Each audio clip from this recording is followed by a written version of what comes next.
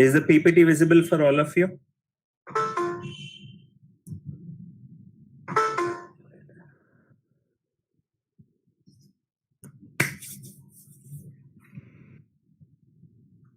Okay, only one student in the class.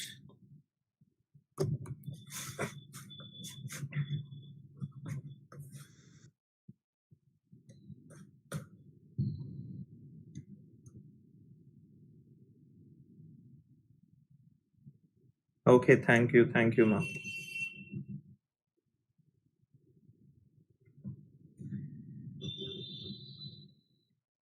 Ma, please, all of you join with your roll numbers, ma.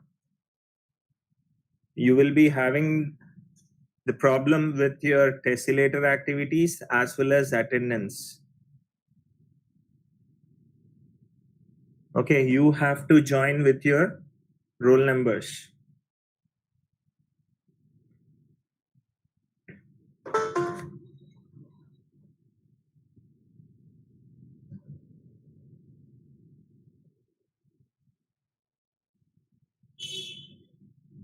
So, any questions in the previous class? I've started the second unit. I hope most of you were there in the previous class.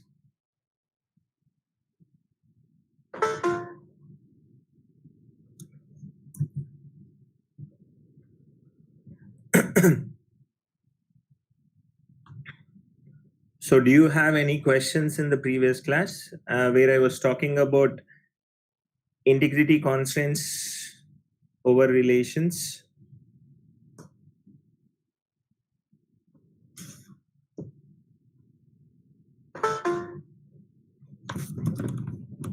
(519) clear.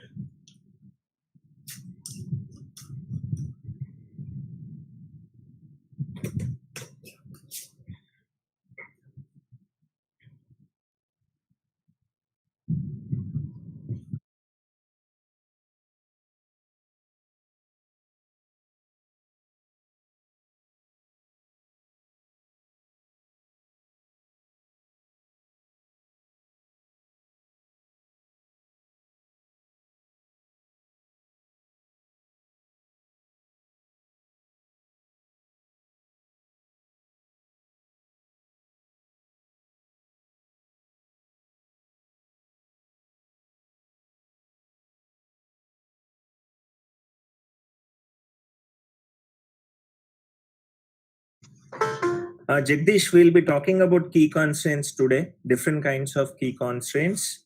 So don't worry about that. What are the different kinds of key constraints? Everything we'll be studying today. Is that okay?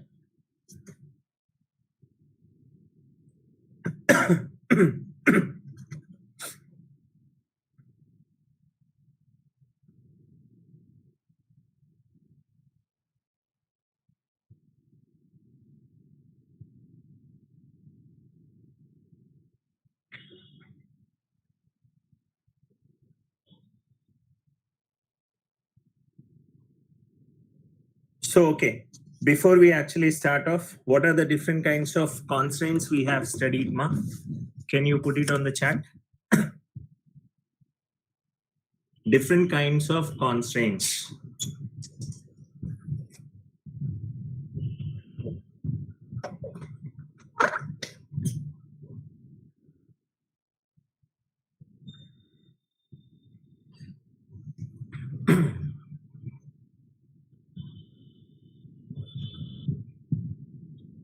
Domain, referential integrity, entity integrity, and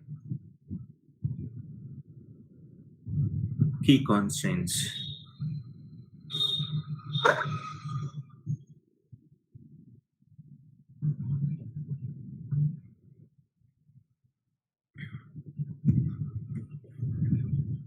Okay. What do you mean by entity integrity constraints? What do you mean by entity integrity constraints?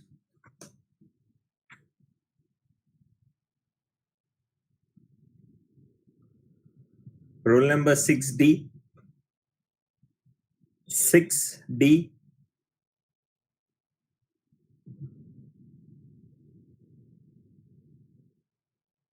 Could you just tell what is entity integrity, Amma?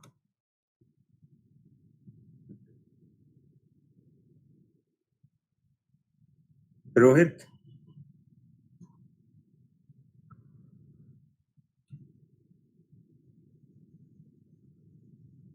Seven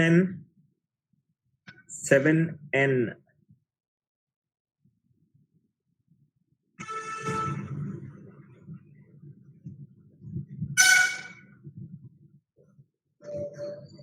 Not asking your attendance, ma. Could you just answer what do you mean by entity? Primary key does not accept null values. Fine. Okay. Good. Good. So what happens when you try to enter a null value into a primary key? Error. Okay. Okay. Fine. 70. Is 70 present?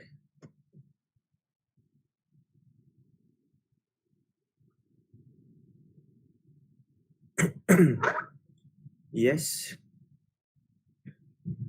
What do you mean by referential integrity? Referential integrity.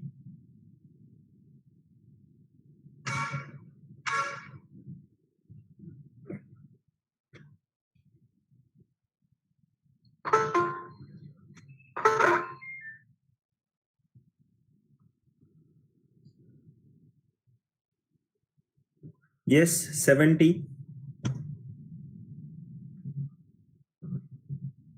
It is specified between two tables. And what is used, ma? What is used over there?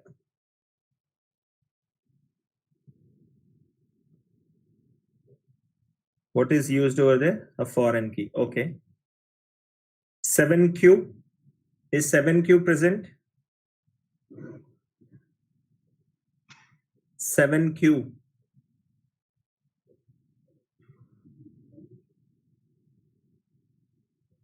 Yes. What do you mean by a foreign key? What do you mean by a foreign key?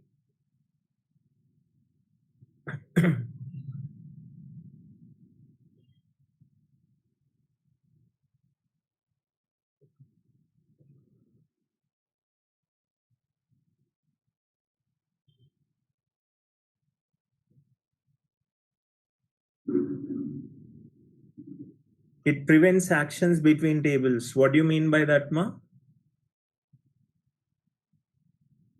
What do you mean by that? It prevents actions between tables.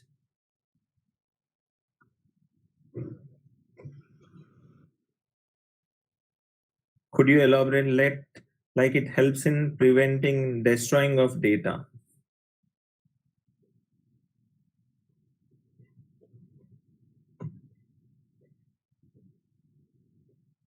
It links.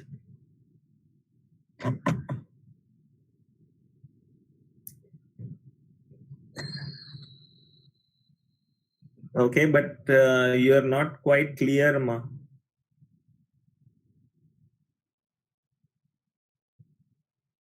Seven R.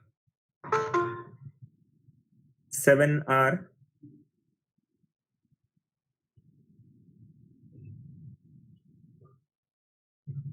Yes.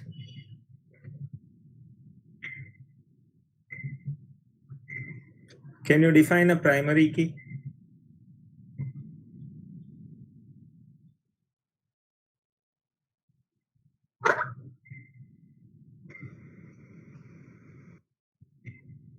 Can you define a primary key?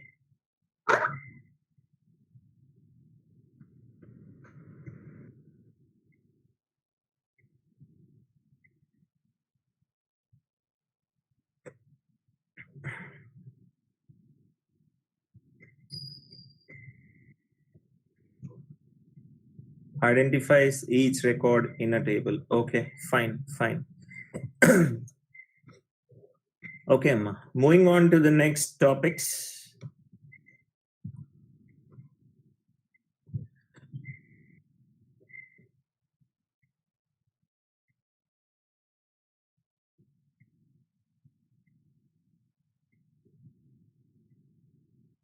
Okay, so we'll be going through some other different forms of constraints, ma. We'll be going through some other different forms of constraints which are specified as not null, unique, default, check. So these are some other types of constraints that can be put on your relations. Okay. So the first one is not null. Not null constraint makes sure that a column does not hold a null value. So whenever you feel that a particular attribute value should not be put as null by the user who is using that particular table, then you can make that particular column act as a not null value. Okay. So when we don't provide value for a particular column while inserting a record into a table, it takes null value. So if you feel like you do not have a value for a specific attribute, if you feel like you do not have a value for a specific attribute, you put it as null. Okay. But in some situations, you might not want the value of an attribute to be null. In such situations, you are going to use the concept of not null, following the following syntax. Okay, so I'm working with a create table student. So I'm trying to create a student table wherein see how I'm going to specify the not null constraint. I'm taking roll number integer, not null. Student name, variable character, the size of the varchar is 35 and it is also taken as not null. Age is also taken as not null and student address can be null because I'm not explicitly mentioning that to be not null.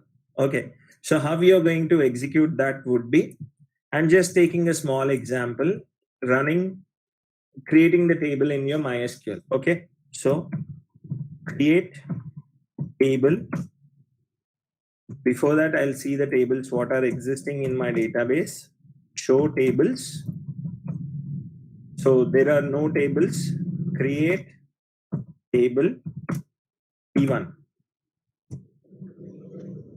SID integer. I'll take this followed by age integer, not NULL. Okay, so I have created a table with two attributes. One can be accepting null values and the other one cannot be accepting null values. So I'm just trying to describe that table, describe table T1. So see, for SID, the size, default size is 11 because I did not mention any size. Null is acceptable. Now, whenever I'm talking about age, integer of 11, null is not acceptable because specifically I have mentioned the constraint not null. Okay. Now, if at all I say select star from T1, I do not have any values. Insert into T1 values. I'll say 1, 1. That is accepted. Okay.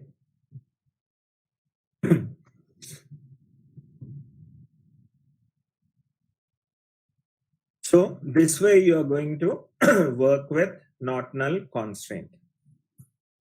Now talking about the second kind of constraint, would be unique.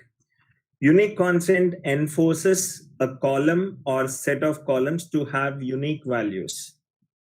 So whenever you feel like a particular column value should be unique, you are going to use the concept of unique keyword. If a column has unique constraint, it means that duplicate values are not allowed for that particular column in the table. Okay, this is kind of similar to your primary key.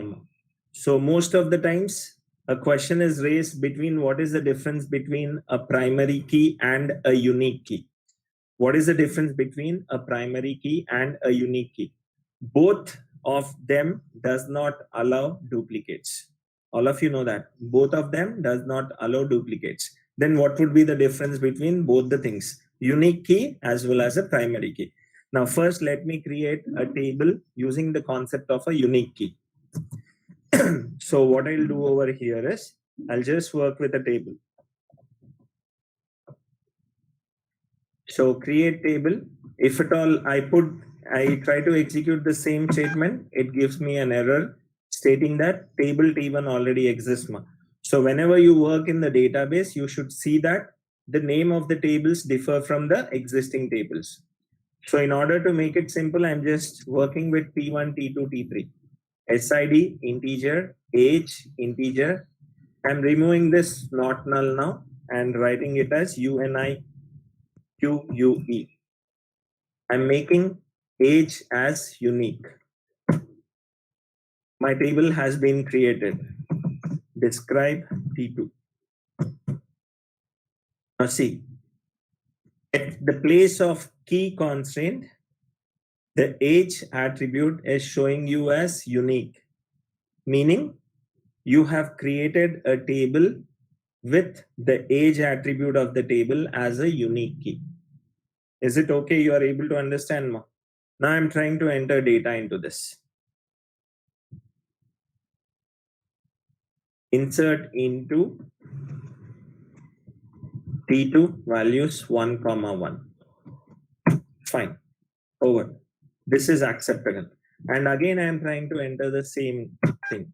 Now, what is happening? See, already a value 1 for age has been entered.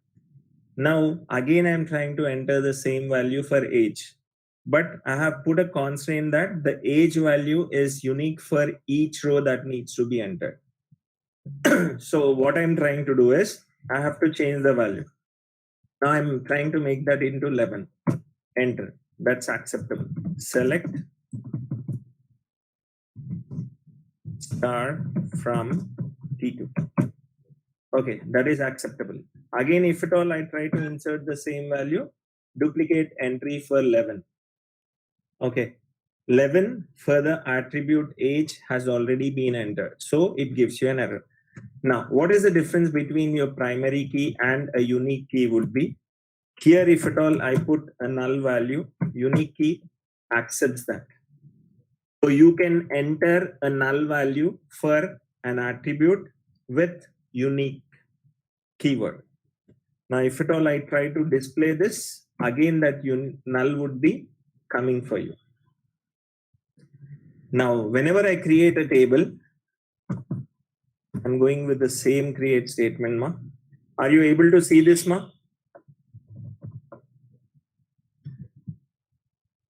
Create table T3 integer. I'll go with primary key. In order to show the difference, I'm just going with a primary key. So table is created. Insert into T3 values. I'm trying to insert 1, null into the table. So column age cannot be null. So that is the major difference between your primary key and a unique key. So unique allows nulls, whereas primary does not allow a null value. Are you able to understand? Yes, ma? Are you able to understand or you have any problem? Okay. So this is about your not null constraint and unique. Then we will go with the concept of a default. So the default constraint provides a default value to a column where there is no value provided while working with the insert statement. So whenever a user does not want to enter a value for a particular attribute, but you should enter a value for that particular attribute. Then you are going to use the concept of a default statement. Okay. So like, see, if at all I say, whenever you're trying to pay the fees for a particular student, the default fees that needs to be paid for building fund is 10,000. So that value will not change. The default, while you're trying to enter or you're trying not to enter a value for the building fund, then what is happening here is the default value 10,000 would be coming out onto the table. If at all you're going to work with the concept of your default constraint. And the syntax for working with default constraint is highlighted for you. So create table student, roll number, integer not null, all that stuff ma. I am working with exam underscore fee is an integer value and the default value is 10,000. The default value is 10,000. Okay, if at all you do not want to enter a value for the exam fee, then the default comes as 10,000. I'll just show you with an example. So create table T4, SID integer, age integer, and here instead of a primary key, I'll say default is equal to 25. I am just assuming the default age to be 25. The table is created. Now describe T4. Now see, in the SID column, the default value is null, and in the age column, the default value is provided as 25 because I explicitly mentioned a value 25 for the age field, if at all not mentioned with respect to the age field. Now, how do I enter the values for this? Try to understand. Insert into T4 values 1, 22. One row affected. So I told you, when you do not enter specific value for age field only, the default value comes into picture. Now, if at all I write select star from T4, whatever the age you have given, that particular age would be coming. Now, if at all you want default to work, what you're going to do is insert into T4 SID values. I'm putting 2. Enter. Query OK, one row affected. Now see, what I'm trying to do in this particular statement, insert into T4, I'm only mentioning one particular column field. Insert into T4 SID, value 2. So for the particular attribute SID, I'm mentioning a value 2. And for this particular SID, the age would be coming as the default value that was given at the time of creation of the table. Now what I try to do is display the information. See what is coming for SID to 25. Now if at all I want to work with one more insert ma, I'll say this as 3 and try to press enter. The age factor again for 3 would be 25. Now if at all I want to perform one more insert, I'm giving this as 29. SID is 4. Enter this, select star from T4. See, 1 is 22 because I explicitly gave the value of age as 22. 2 is I did not mention the age value, so default value is taken. For 3 also default value is taken, and for 4 explicitly mentioned the age value, it is taking as 29. So this is about your default, working with your default value. Okay. And the last one, I've already told you, Amma, the check constraint, which is used for checking the domains. This constraint is used for specifying range of values for a particular column in a table. when this constraint is being set on a column, it ensures that the specified column must have the values filling in a specific range. So if at all you want to say that, what you want to say that is, whenever you're working with the creation of a table and you want specific field value to be more than or less than a particular value, then you are going to use the concept of your check mark. And check is not supported in MySQL or Oracle. So I've already told you that in the previous class itself. So check is not supported. We'll be using the concept of triggers in order to work with this. Trigger is a practical approach that would be coming to you in the third unit. Okay, now you're going to create the table with respect to check like this. Create table student, roll number, integer, not null. Check roll number greater than 1000. So if at all I say I want a student in CSC department, my roll number starts with 500. The series 501, 502, 503, that way. Now, what is the basic assumption is it should be greater than 500 and maybe less than some 599 or 59A, whatever. So if at all you want to check those kind of conditions, you are going to use the concept of check. So a simple creation of a table, create table T5 SID integer, and working with the same fields, age integer, check age greater than 18.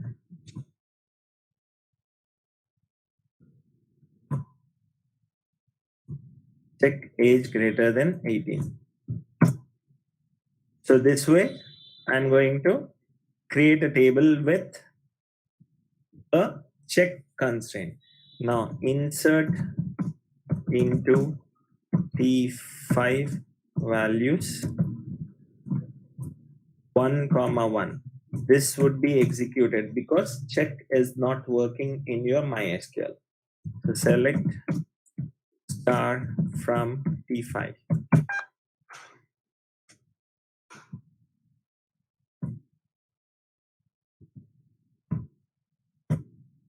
Okay, so I have restricted the age value should be greater than 18, but since the check constraint is not working, that is the reason 1 is also acceptable, which is very much lesser than the value 18 in the age field. So this is about different kinds of constraints that is existing. You just go through the PPT once. You have any questions, you can put it on the chat.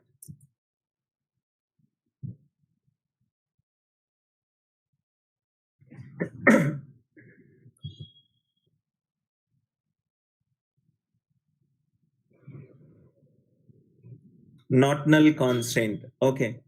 See, whenever you feel like you do not want a particular column value to be null, whenever you do not want a particular column value to be null, then you are specifying the condition of not null with respect to that particular attribute. So maybe there might be a field like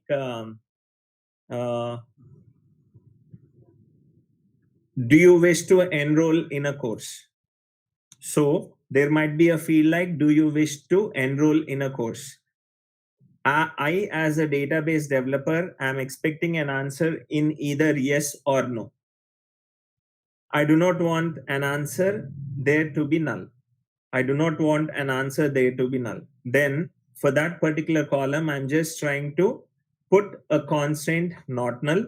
And I say that the answer should be either yes or no. The answer should be either yes or no while I'm trying to create a GUI. So that way I can say. Now, instead of that, if at all you're putting it empty, what will happen is I might not be knowing whether that particular student is interested in the course or not interested in the course. For such situations, I'm just trying to work with not null constraint. Is that clear, Satvika?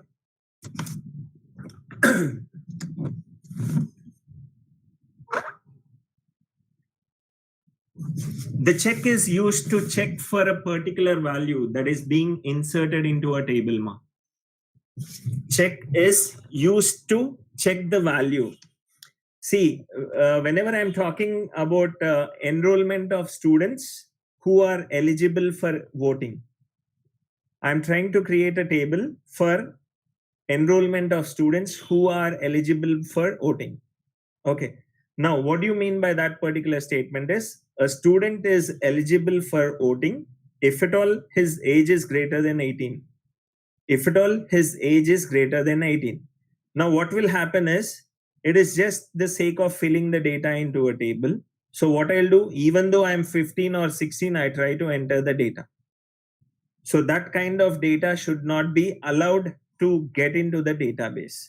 For that particular reason, I'm using the concept of check, wherein I specify a condition that whenever you are trying to load data into the database, your age should be greater than 18. That is the concept of your check statement. Is it fine, Shravya? Any more questions, Ma? Are you able to see the PPT?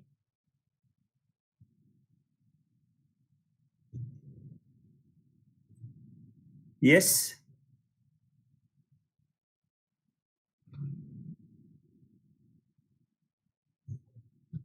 Just go through the PPT once, Ma. You have any questions, you can ask.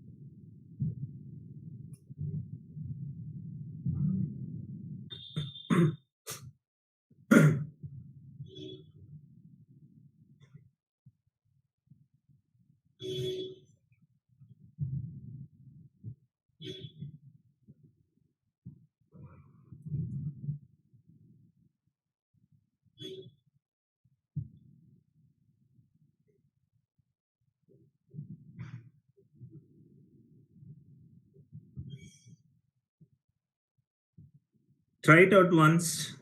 61.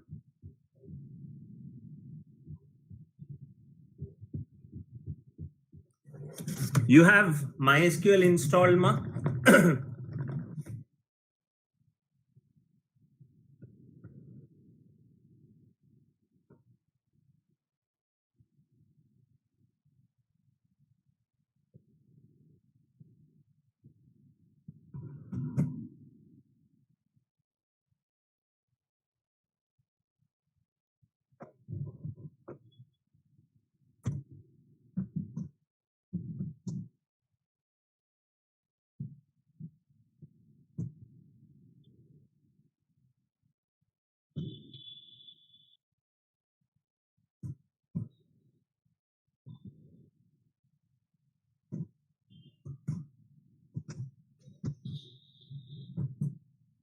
Okay. Does that answer your question? 61. See, if at all you do not enter any value, then only the default fires, Ma. If at all you are entering 0 or -1 or whatever value, it will be giving you that value, because I'm not putting a constraint that that particular field should be null or not null. I'm just giving a default value for that. If at all you don't enter any value. Fine. Is it clear? Ma, you can alter the table definition if required, Anil. So you can use the concept of DDL statements. We'll work with all that stuff, Ma. in the next part of the second unit. Yeah, alter command can be used. You can change the data type, you can change the data type size, anything can be done using the concept of alter. It requires some sort of practice, ma, that's it. Yeah, modify, add, rename. You can do that.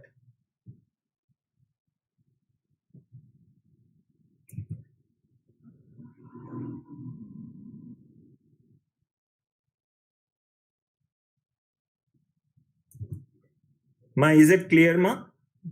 So we have gone through the different kinds of integrity constraints and how you are enforcing those integrity constraints on relations.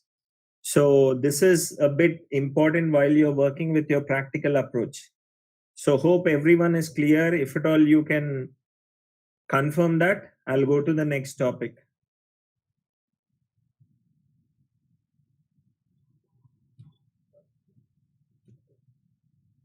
All the different kinds of integrity constraints: domain, entity integrity, referential integrity, key constraints, not null, check, default, etc.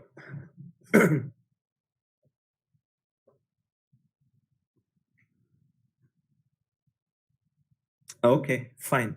Now we will talk about different kinds of keys. So I was talking about key constraints in your different types of integrity constraints. Now we will be talking about what are the different kinds of keys that are existing, why the keys are important. See, if at all you remember when I was talking about database design, I have gone through a step called schema refinement. If you remember that, there was, I think it was the fourth step.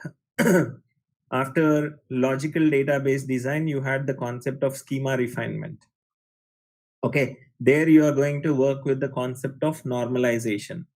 So in that particular concept, you are going to work explicitly with the key constraints. You're going to work explicitly with the key constraints. So in order to make that simple, you have to understand whatever I'm going to just cover in the next 15 to 20 minutes. Okay. So we'll be working with the types of keys in your database management system. So see, keys play an important role in the relational database management system, and a key is used to uniquely identify any particular record or row of data from a table. So what is the job of a key is, it is explicitly used to uniquely identify a particular record or a row or a tuple, in technical sense what you call a row as, of data from a table. And a key can also be used to establish and identify relationships between tables. Clearly, I told you the concept of referential integrity. So what is the use of referential integrity is to identify relationships that are existing between two tables using the concept of your foreign key. Using the concept of your foreign key, you're going to establish relationship among two tables. Okay, now talking about the important types of keys in your DBMS, I have a primary key, a candidate key, super key, alternate key, composite key, and foreign key. So these are the different kinds of keys what we are going to work with. And still there are three more different kinds of keys. I'm not going to work with those. You try to understand these 6 keys as of now. So primary, candidate, super, alternate, composite, as well as your foreign key. Okay. So these are the 6 different types of keys that we are going to study right now. Now, going with the first one, first one is the primary key. And CMA, whenever you are trying to work with keys, try to be familiar with the definition, the role, and the syntax of working with primary key, unique key, composite key, and lastly, your foreign key. So these four things you have to keep in your mind, everything what is required with respect to that particular key. Okay, see, a primary key is a column or group of columns. Whenever I'm talking group of columns, it is a combination of two or more columns. It is a combination of two or more columns.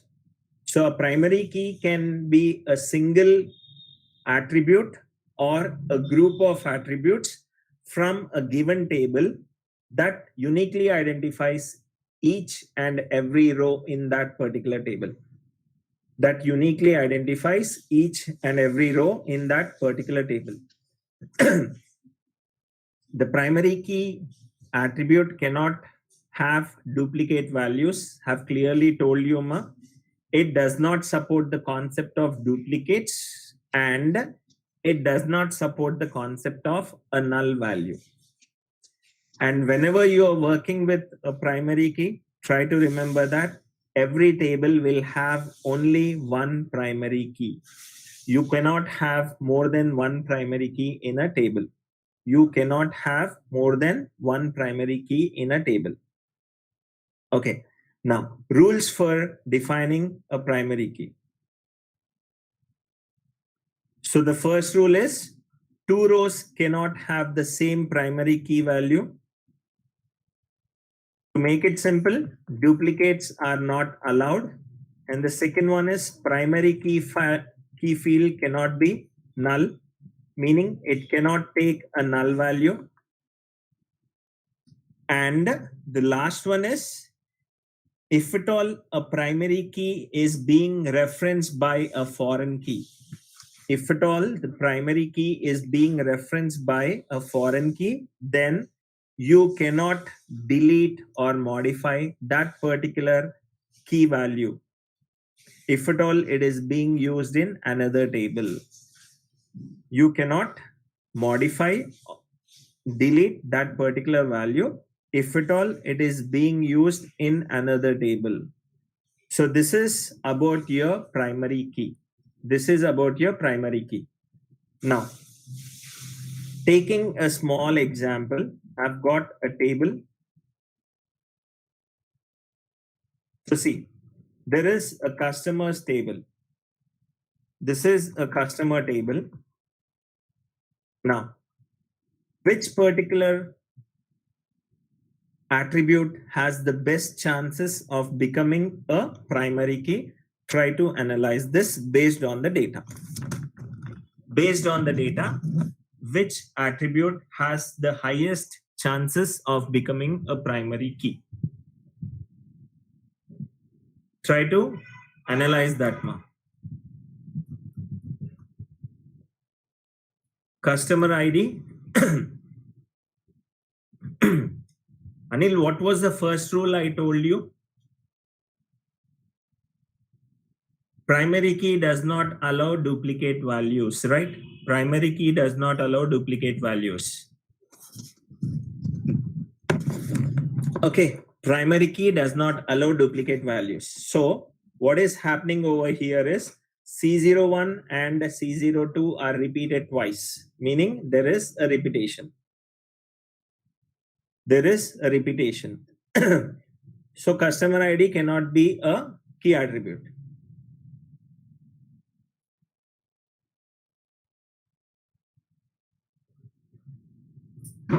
Now, if at all I modify the product count,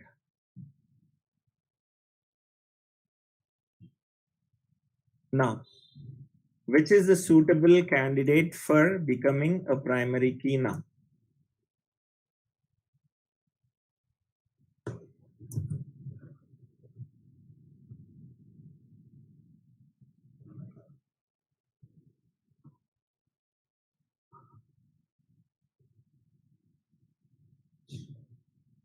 None. Okay, so there is a repetition of some of the values in each of the fields. So nothing can be acting as a primary key. Now, but I want you to create a primary key for this particular table. How do you do that? I want you to create a primary key for this particular table. How do you do that?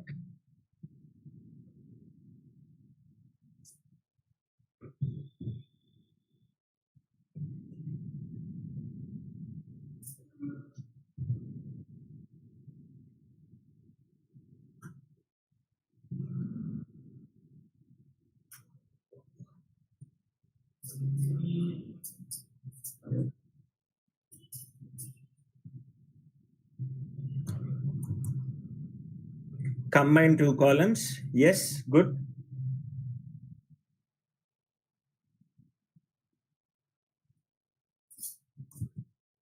Okay, now see, try to understand.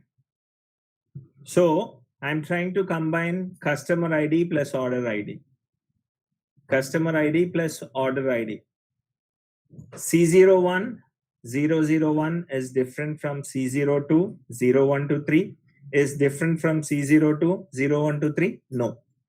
So there is no chance of me combining customer ID and order ID because again I have repeated values over here.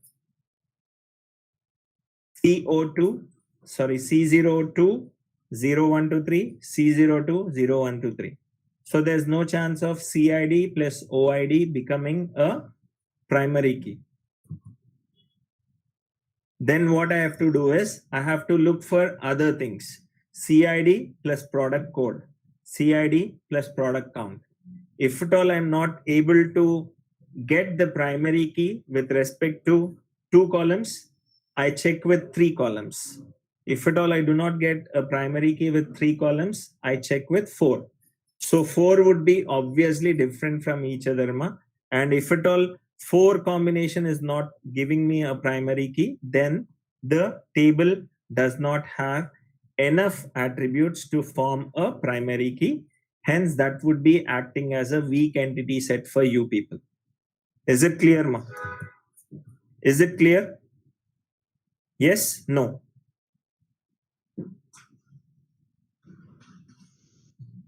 Is the concept of primary key clear for you? Okay. Now, I'll be just working for you. So, create table T6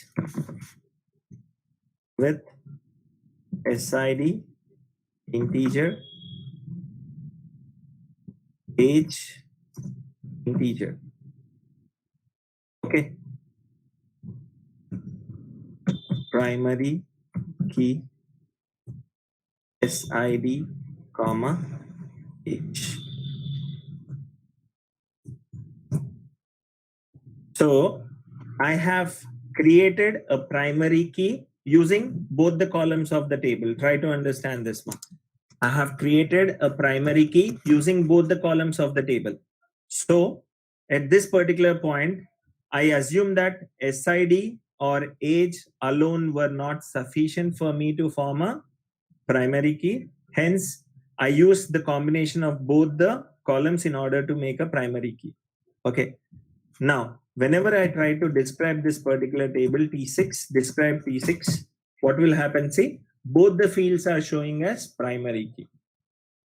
Both the fields are showing as primary key. Now I try to insert some values. Insert into T6 values 1, 1. It is accepting because that's the first row that is being entered into a table. Now I try to enter the same value. Duplicate entry 1, 1 for key primary. Duplicate entry for 1, 1.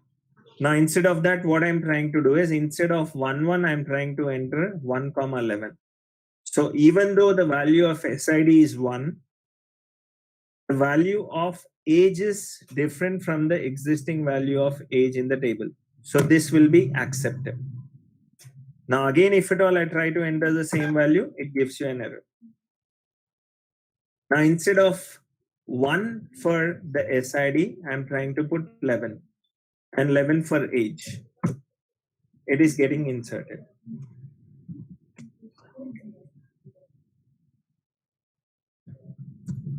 Select star from T6.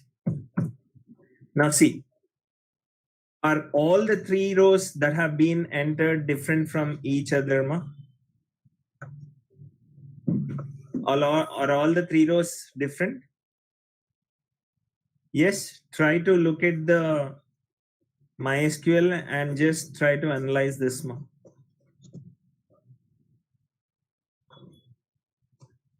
Yes, no. Yes. Is the concept clear, ma? Primary key.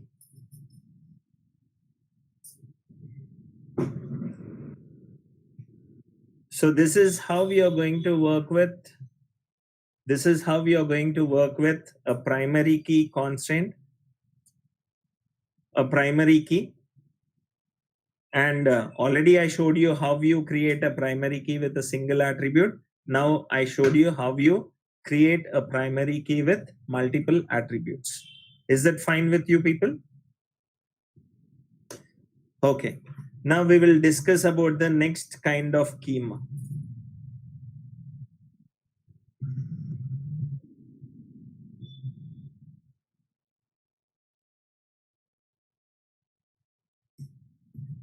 So foreign key. Now I'll talk something about a foreign key. Foreign keys are the columns of a table that point to the primary key of another table. Foreign keys are the columns of a table that points to the primary key of another table. And they act as a cross-reference between tables. So whenever you are interested in joining 2 tables, you use the concept of a foreign key. I've clearly told that when I was talking about referential integrity. Okay, so whenever you are interested in joining 2 tables, you can work with the concept of a foreign key, and it is not necessary that it should point only to a primary key, amma. It can point to another key also. I'll let you know that. As of now, it points to the primary key of another table. It points to the primary key of another table. And unlike a primary key for any given relationship, your foreign key supports the concept of null values. Your foreign key supports the concept of null values, and it can contain duplicate values. It can contain duplicate values. The meaning is it does not follow the concept of uniqueness constraint. It does not follow the concept of uniqueness constraint. Okay. Now, again, I'm going to create a table using the concept of primary key, foreign key relationship. Those who did not understand in the previous session, just try to look at it once again so that you clearly understand the concept of referential integrity. Okay. I think already I had a table with a primary key. Describe T3, I hope. Yes. So I had a table called T3, which had a primary key called age in it. Now I'm trying to create a table. Create table T7 SID integer, comma, S name. I'll again take S age, no issues. Integer, foreign key, S age,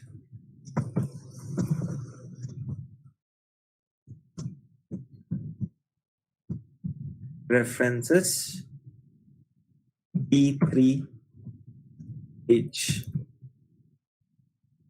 I try to understand how we are working with foreign key, Amma. So create table T7. Have created a table by name T7. I've taken two fields which were already existing in T3, no issues.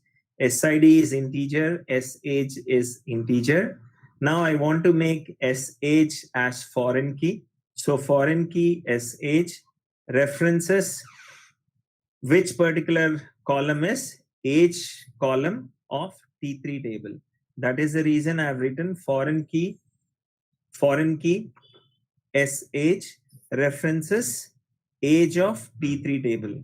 Now I'm trying to press enter. So my table has been created. Now describe T7. Describe T7. What is happening over here?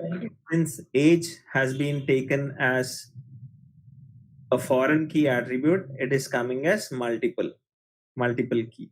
Okay. Now select star from T3.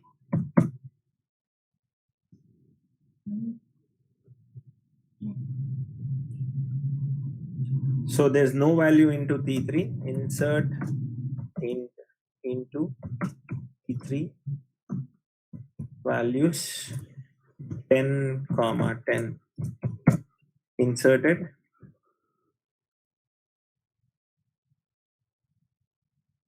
(11, 11) inserted. Select star from T3. So I'm getting the values as given over there. Okay. Now I want to insert data into T7. Insert into T7 values. I'm just trying to enter 111, 222. It gives an error. Why it gives an error? Because the value of age 222 is not present in the primary field of T3. Now what I'm trying to do is I'm just trying to modify that 222 to 10, which is already existing in the age field. That is accepted. Again, what I'm trying to do is instead of 111, I'm putting 121, enter, which is not a primary key, 61. Which is not a primary key, 61.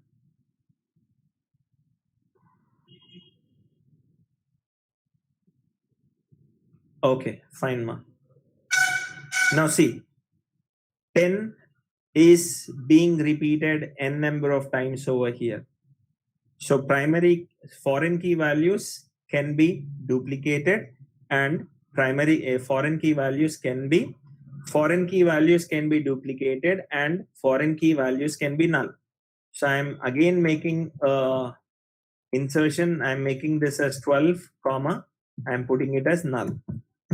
So this is also allowed. Now select star from T7. So see, the SH value 10 is coming from table T3 where the age is written over 10 there. Now 10 is repeated twice. So there is a concept of duplicates in your foreign key and there is a concept of null in your foreign key. Is it clear, what is primary key? How you work with a primary key? What is foreign key? How you work with a foreign key? Yes? You have any questions in these two things, ma? These are the most important concepts in your keys. Please respond if at all you have any questions or if at all you have understood, ma. Make it fast.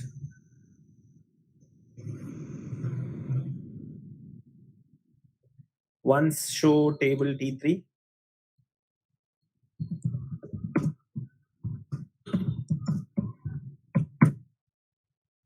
Are you able to see, ma, Rohit?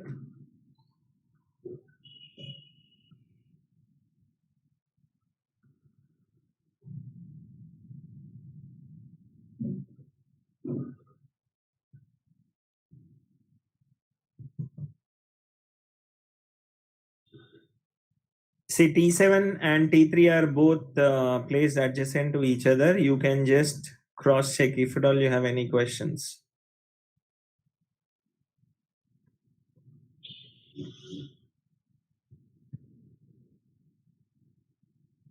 T3 is not affected, but the values of SH with respect to T7 should be present with respect to age of T3.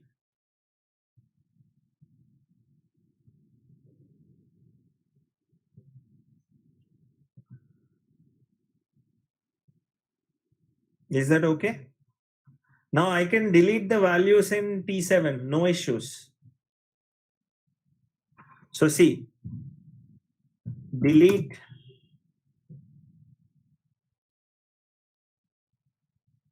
from T7 where SID is equal to 1, 1, 1. So one row affected.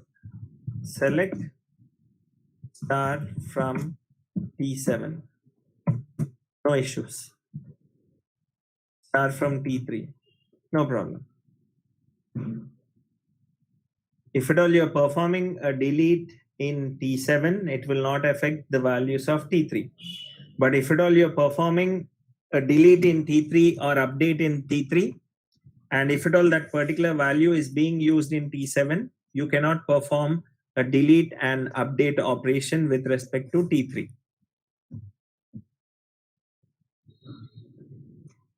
Is that clear, Ma? Not getting any response? All of you?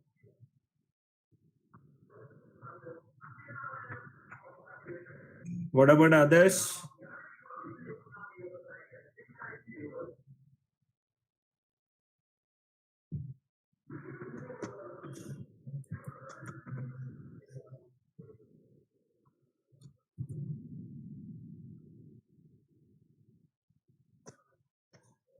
Now, talking about the next category, Emma, candidate key. Candidate key. Candidate keys are defined as the minimal set of fields that can uniquely identify each record in a table. Amma, don't get confused with each and every key, Amma, because the job of every key is to uniquely identify a tuple in a table. Uniquely identify a tuple in a table. So more or less, the definitions would be similar and you might get confused. But there is a slight difference between each of the keys that you're going to work with. Okay, so candidate keys are defined as the minimal set of fields which can uniquely identify each record of a table. And it is an attribute or set of attributes. It is an attribute or a set of attributes, and a primary key is usually picked from the set of candidate keys. A primary key is usually picked from a set of candidate keys, and there can be more than one candidate key. There can be more than one candidate key. Okay. And last point, what I've told you is the candidate can be simple, which is consisting of only one attribute, or it can be a combination of more than one attribute, which is nothing but composite. So I'll just take a small example. See, I have a student table with SID,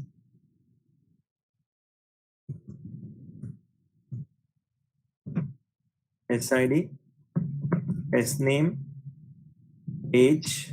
Instead of age, I'll take mobile and marks. Okay, I'll enter 001, name is AAA, mobile is M1, marks is some 50. I'm just trying to enter random data. 002, AAA, M2, and maybe 60, 003. Name is BBB, mobile is M3, and this is 77. Okay, so this is the data that I have at a particular point in my database. Now see, what are the candidate keys that can be formed from this particular table? So what I told you is a candidate key is a set of attributes or an attribute which can uniquely identify a particular row in a table, which can uniquely identify a particular row in a table. Now see, if at all I have the roll number of a student, can I find his name? Can I find his mobile number? Can I find his marks? That is the question. So if at all I have got SID, what is the name of the student with SID 001 can be found out? What is the mobile number of the student with SID 001 can be found out? And what is the marks of that particular student can be found out? So there is a high chance of SID becoming a candidate key over here because all the three values are different from each other. One, so there is no repetition. I can take SID to be one candidate key. SID can be one candidate key. Okay, next S name. I'm talking about S name. Is there a chance for S name becoming a candidate key? Try to understand, ma. There are two students with same name. There are two students with same name. So what is the mobile number of a particular student with name AAA would be in a dilemma because my answer would be either M1 or M2. And if at all I'm talking about marks, whether I have to tell it is 50 or 60, and whether I'm talking about SID, whether it should be 001 or 002, I do not know. So S name does not have high chances of becoming a candidate key. Now talking about mobile, for each student, there is a unique mobile number.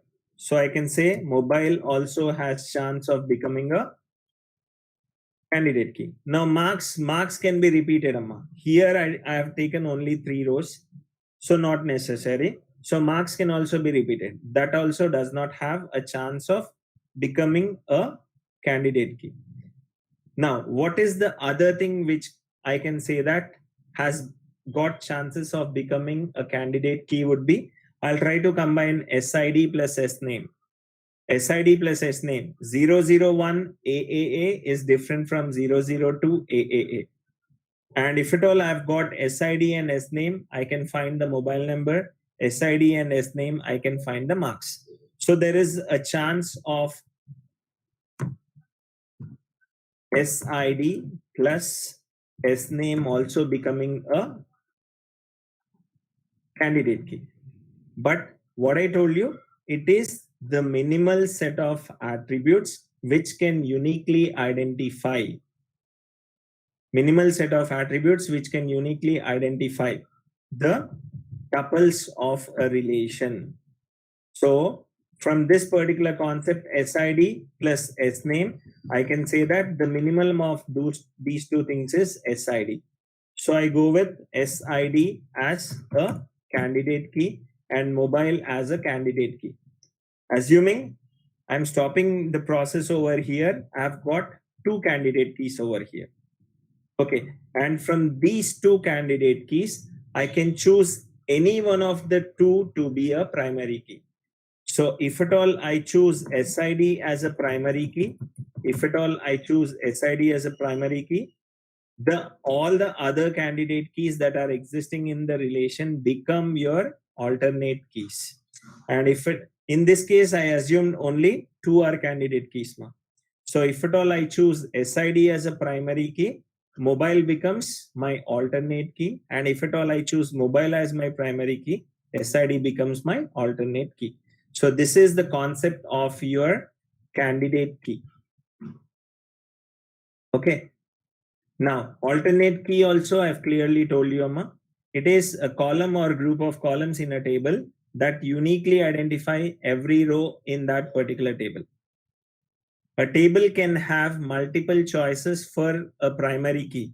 I've clearly explained either SID can be taken or mobile can be taken. Out of the two choices, I'm picking one.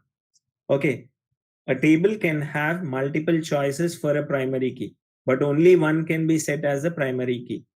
All the others which are not primary keys are called as an alternate key. So apart from choosing the primary key from the given list of candidate keys, the non-chosen one are treated as your alternate keys. The non-chosen one are treated as your alternate keys. Okay. Any questions, ma? Did you understand? What is a candidate key? How you are picking a primary key from that? And what is an alternate key? Did you understand? Yes or no?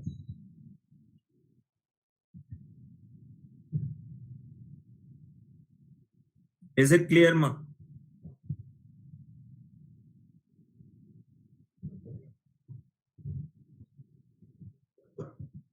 Which one you want to repeat, Anil?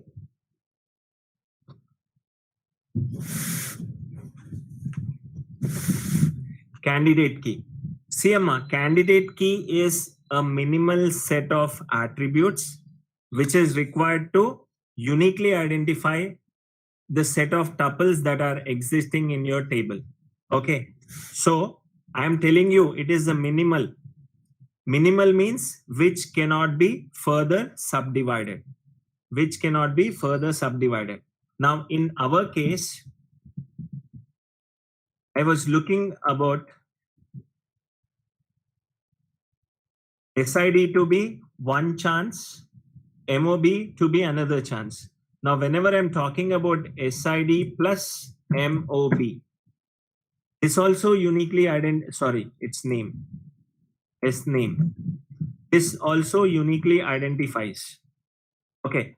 Now, see what is happening in the first case. I had only one attribute which is uniquely identifying the tuples of a relation. Now here what is happening here is SID plus S name.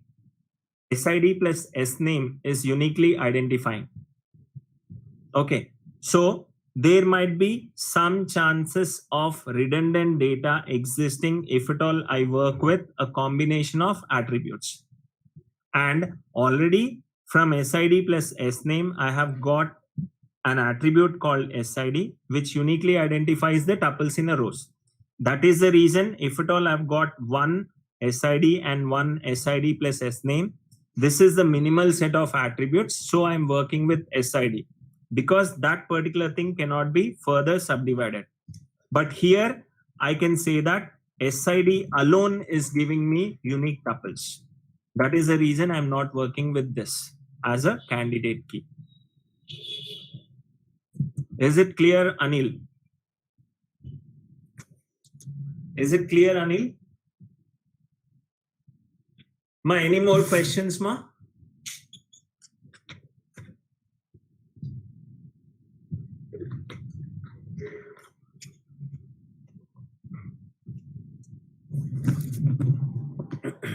Any more questions, ma?